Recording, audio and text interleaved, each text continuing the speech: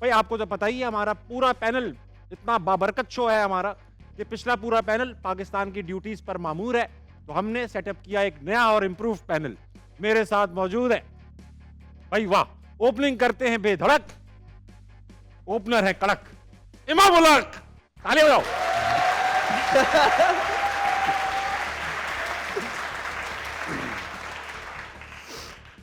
Aggressive batting के वजीर, लगा देते हैं चौकों और छक्कों की भीड़, इमरान नज़ीर।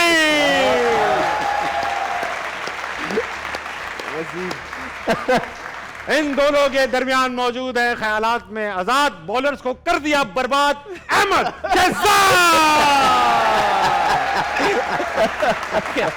ख्यालात में आजाद। वेलकम टू हारना मनाए, best of luck for the entire world cup, क्योंकि यहां पर भी एक एचएमएच कप खेला जाएगा। मगर उससे पहले इमरान भाई कुछ क्रिकेट पे बात कर लेते हैं। आप तीनों ही ओपनर्स हैं। ओपनिंग का मसला पाकिस्तानी क्रिकेट टीम में कोई 2500 साल पुराना है। जब ये इजिप्ट के एहराम मिस्र पिरामिड्स बनाए जा रहे थे तो उसके भी मजदूर आपस में कह रहे थे यार ओपनिंग ठीक नहीं चल रही। इमरान भाई, अब जो वर्ल्ड कप का स्क्वाड गया है इसमें सबसे बेस्ट ओपनिंग पेयर किसको देखते हैं? कौन दो ओपनिंग करें तो बेहतर है? ताबिश भाई, आई थिंक मेरे ख्याल में जो भी 15 का स्क्वाड है आप उसी पे बात कर सकते हैं। नो डाउट के आप उन प्लेयर्स का नाम ले जो टीम से ड्रॉप है।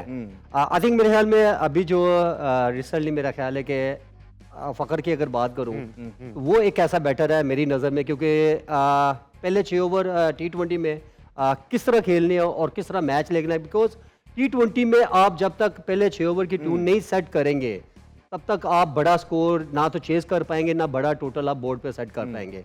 और अभी जो हमारे पास ओपनर्स हैं, डेफिनेटली जो बहुत सारे ओपनर्स आए, चेंज होते रहे, लेकिन end of the day 2 he opener बचे हैं जो कि मेरा ख्याल है कि अभी कंटिन्यू वो ही करेंगे। जहाँ बैठ के हम लोग जितनी मर्जी बातें कर लें, वहाँ पे जो कोचेज हैं जो मेरे ख्याल कोई 15, 20, 25, 30 का जो एक एक्स्ट्रा स्लॉट है मैनेजिंग पूरा, तो मेरे ख्याल में वही डिसाइड करेंगे कि अब ओपन किससे करवानी चाहिए।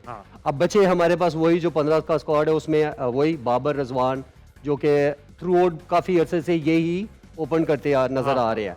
इनके बीच में सैम आया और बहुत सारे ओपनर्स आए, लेकिन वो इतना अच्छा थ्रो नहीं कर पाए। लेकिन लेट्स सी, अब वर्ल्ड कप शुरू है, जो रिसेंटली इंग्लैंड के अगेंस्ट जो सीरियस हुई है, मेरे ख्याल में वहाँ पे आप सब ने ही देखा है कि जो हमारे ओपनर्स का हाल हुआ है। तो लेट्स सी कि में से मतलब आप फखर के साथ कौन जाएगा? अकेले तो जा नहीं सकते, बुरा लगेगा। उनके साथ कौन फखर के साथ तो मेरा ख्याल है कि अब यहाँ तो रिजवान करेगा या बाबर करेगा, तो यहाँ बाबर ही रिजवान यही दो तो हो गया। आपकी नजर में करना किसको चाहिए? यार मेरा ख्याल है कि फखर को ही ओपन करनी चाहिए, साथ में रिजवान या बाबर, इन दोनों में से एक। कह रहे आपको कौन लगता है? फखर और रिजवान कह रहे हैं। हाँ, मैं अगर जाऊं तो बाबर नंबर 3। हाँ, शहजाद भाई, अहमद भाई, आप खुद भी खोलने के माहिर रह चुके हैं जी। ओपनर के आपके नजदीक भी यही कॉम्बिनेशन बनना चाहिए 15 में? अभी भी खोल लेता हूँ।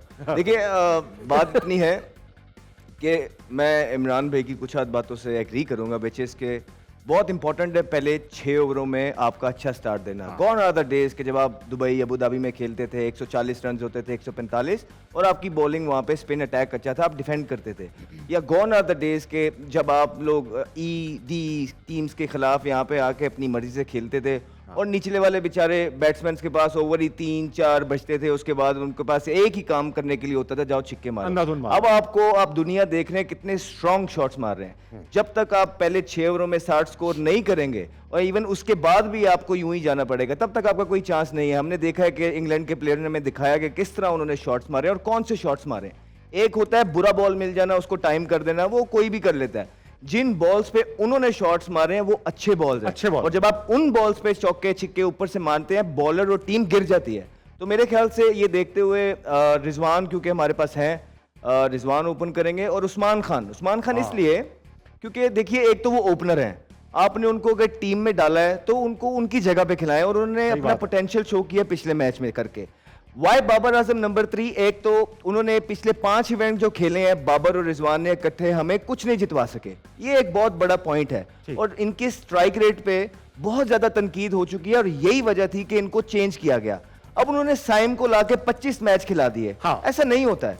यही अगर वो 1-2 अगर साइम से 10-12 मैचेस में परफॉर्मेंस नहीं हुई, अगर वो किसी और को भी ट्राई कर लेते शायद कोई और क्लिक कर देता, ठीक, लेकिन उन्होंने ऐसा नहीं किया। एंड तक वो इमाम को लेके गए और अब आके उनके पास ऑप्शन ये है कि वो कह रहे हैं कि मैं खुद, अगर बाबर ओपनर आते हैं तो मिडिल ऑर्डर तो आपका वैसे ही वनरेबल है, तो उधर कौन खड़ा होगा? अगर बाबर ओपन आते हैं तो मिडिल ऑर्डर का मोर ऑफन देन नॉट यही हाल होगा जो हमें देखने को मिला है। सो ये देखते हुए मुझे लगता है कि रिजवान और उस्मान को ओपन करनी चाहिए और बाबर आजम को नंबर 3 पे आके मैच को डीप लेके जाना चाहिए अच्छे स्ट्राइक रेट के साथ। That's what I think. याद करके आए थे क्या ये सवाल? तफसील के साथ दे दिया, हेडलाइन हेडिंग भी लगा। अभी तो स्टार्ट है। शॉट मारने से याद आया, हमारे साथ इमामुल हक भी मौजूद है। इमाम, आपने अभी बाबर को मूवी दिखाने, आप बताइए ये जो कॉम्बिनेशन है अभी इंग्लैंड और आयरलैंड की सीरीज देखकर आपको लगता है कि कोई ऐसा प्लेयर पीछे रह गया, नहीं गया टूर पे, जिसको चले जाना चाहिए था? देखिए, जो पिछले 2 साल से जो उनकी टीम खेल रही थी वो मोर एंड लेस यही टीम थी। उसमें से आप अगर देखें तो पीएसएल की परफॉर्मेंसेस के बाद काफी हाइप बनी साइम की और उनकी एंट्री हुई, और उस्मान खान की भी, उस्मान खान और साइम दोनों की एंट्री हुई। लेकिन मैं भी फिलहाल एज एन ओपनर की बात कर रहा हूँ। उनकी एंट्री इसलिए हुई क्योंकि ऑब्वियसली बाबर और रिजी पे काफी क्रिटिसाइज हुआ कि जी उनको नीचे, एक बंदे को नीचे आना चाहिए, तो इसलिए साइम आया। तो मेरे ख्याल से जो चीजें थी वो मेरे ख्याल से साइम और रिजवान ने ही करनी थी। अनफॉर्चुनेटली साइम से वैसी परफॉर्मेंसेस नहीं हो सकी, तो इस वजह से जिसमें देखा हमने लास्ट मैच में बाबर आया ओपनर। लेकिन मुझे ऐसा लगता है क्योंकि मुझे ऐसा लगता है कि इंग्लैंड में जो कंडीशंस थी वो हमें अमेरिका और वेस्ट इंडीज में नहीं मिलेगी, काफी डिफरेंट कंडीशंस होंगी। इसीलिए अगर आपने देखें सब टीम्स ने 2 से 3-3, 4-4 स्पिनर्स भी लेके गए हैं। एक तो ये है कि हम उधर कभी खेले नहीं है, बहुत सारी टीम्स नहीं खेली, तो हमें नहीं पता कि what we will get for. तो उसके बाद सबसे इंपॉर्टेंट ये है कि मैं इस बात पर ये जरूर करता हूँ कि बाबर ही को 1 डाउन खेलना चाहिए, जो उसने प्रेस कॉन्फ्रेंस में बोला भी था। लेकिन अनफॉर्चुनेटली लास्ट मैच में ऐसा हुआ नहीं, बॉब्स जो है ऊपर आ गया। लेकिन उस्मान की वजह इसलिए कि उस्मान और रिजवान को, क्योंकि उस्मान स्पिनर्स को, क्योंकि कराची का प्लेयर है और काफी क्रिकेट खेल चुका है, वो एज अ स्पिनर मुझे ऐसा लगता है वो बेहतर खेल सकता है। तो इस वजह से मैं चाहता हूं कि उस्मान और रिजी करे। और बाबर वाली, अहमद भाई वाली बात मैं सेकंड करूंगा, क्योंकि हमारा मिडिल ऑर्डर जो है अभी तक इतना सेटल हो नहीं पाया अनफॉर्चुनेटली। कि बाबर ये है कि अगर हमें 160 का टारगेट मिलता है, जो कि मुझे लगता है कि वेस्ट इंडीज और अमेरिका में कुछ ऐसे ही मैचेस होंगे, तो उसमें बाबर का रोल बहुत इंपॉर्टेंट हो जाएगा कि वो टीम को ले भी चले और एज अ सीनियर प्लेयर जो है वो दूसरे लड़कों को जो है वो खिला भी सके। अच्छा भाई, एक इंपॉर्टेंट, बहुत अच्छा सवाल जवाब दिया आप तीनों ने।